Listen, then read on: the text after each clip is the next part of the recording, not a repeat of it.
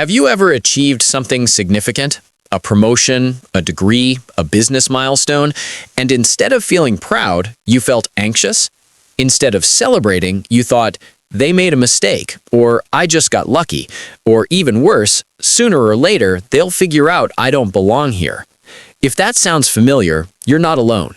Some of the most successful people in America, executives, doctors, engineers, creators, entrepreneurs, quietly struggle with the same thought.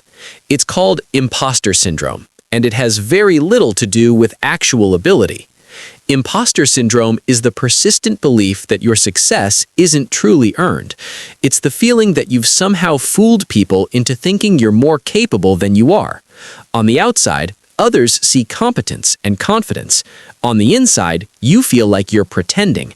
And ironically, the more you achieve, the more intense this feeling can become. Success raises expectations. When you reach a new level, your brain doesn't relax. It scans for risk. What if I can't repeat this? What if this was just luck? What if this is the moment they realize I'm not good enough? Instead of enjoying the accomplishment, you brace yourself for exposure. High achievers are especially vulnerable to this pattern. People who set high standards for themselves often tie their identity to performance. When your self-worth depends on achievement, every win feels temporary. You don't internalize it, you minimize it. You explain it away. You tell yourself anyone could have done it. But when something goes wrong, you treat that as proof. Proof that you're not as smart as they think. Proof that you're not as capable as they assume. Over time, your brain creates a distorted formula. Success equals luck, and failure equals truth. That distortion keeps the imposter feeling alive. Perfectionism plays a major role here. In American work culture, productivity and excellence are constantly rewarded. The pressure to perform, to grow, to outdo yourself is everywhere. But perfectionism doesn't aim for satisfaction, it aims to avoid failure. So even when perfectionists succeed, they don't feel safe. The standard keeps moving. You graduate, now you must excel professionally. You get promoted, now you must outperform expectations. You build something successful, now you must sustain it forever. There is no emotional finish line, and without a finish line, you never feel like you've arrived. For many people, imposter syndrome begins long before their career. It can be rooted in childhood experiences. Maybe you were praised mainly for achievements.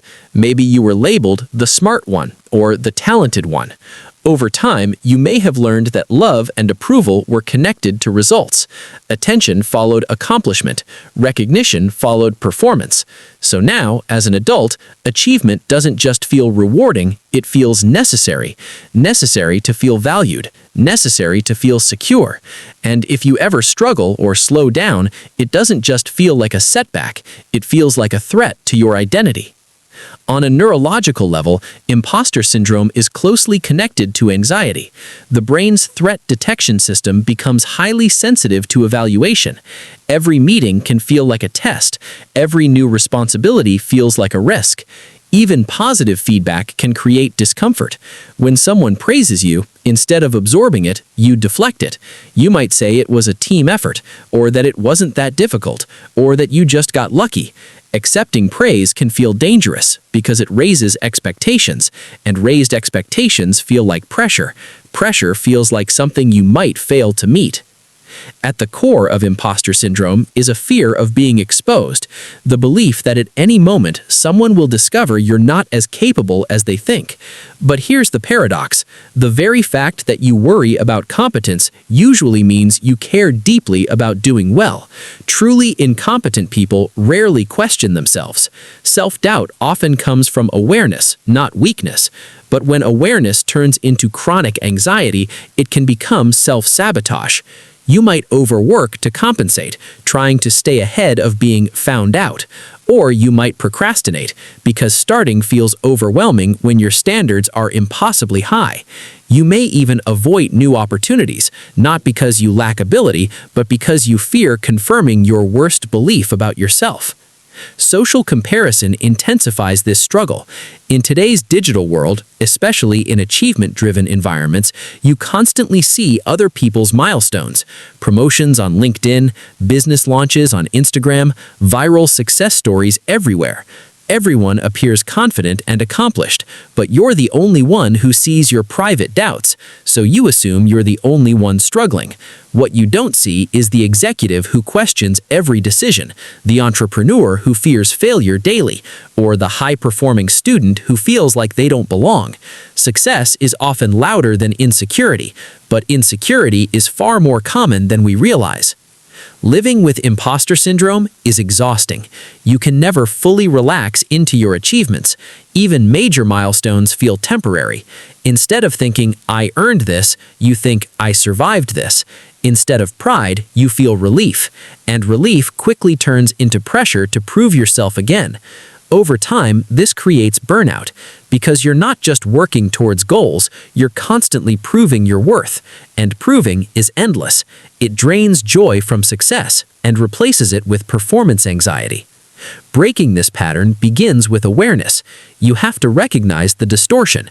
When you accomplish something, pause and ask yourself, if someone else achieved this, would I call them lucky, or would I call them capable? Often, we give others credit while denying it to ourselves. Start documenting your achievements objectively. Look at the skills, effort, and discipline that contributed to your success. Success is rarely random. It's usually built on preparation meeting opportunity. It's also crucial to separate identity from performance. You are not your job title. You are not your income. You are not your productivity level. Achievement is something you do. It is not who you are. When your identity becomes larger than your resume, success feels lighter. Growth will always feel uncomfortable. Stepping into new levels will always feel unfamiliar.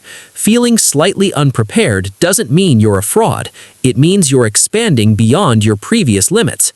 What if success wasn't about proving worth? What if it was about expressing potential? Imposter syndrome fades when validation shifts from external approval to internal alignment. Instead of asking, "Do they think I'm good enough?" you begin asking, "Did I show up honestly? Did I give my best effort?" Confidence isn't the absence of doubt. It's the willingness to move forward despite doubt. And if you've ever felt like an imposter, understand this: your doubt does not cancel your ability, your anxiety does not erase your achievements, and your fear of being exposed does not mean you don't belong. Often, the people who feel like imposters are the ones growing the fastest, because growth feels unfamiliar, and unfamiliar can feel like incompetence, even when it's actually progress. You didn't get where you are by accident, and you don't have to keep proving that you deserve to stay. Success doesn't mean you'll never doubt yourself again. It means you learn to coexist with doubt without letting it define you. The goal isn't to eliminate self-doubt completely.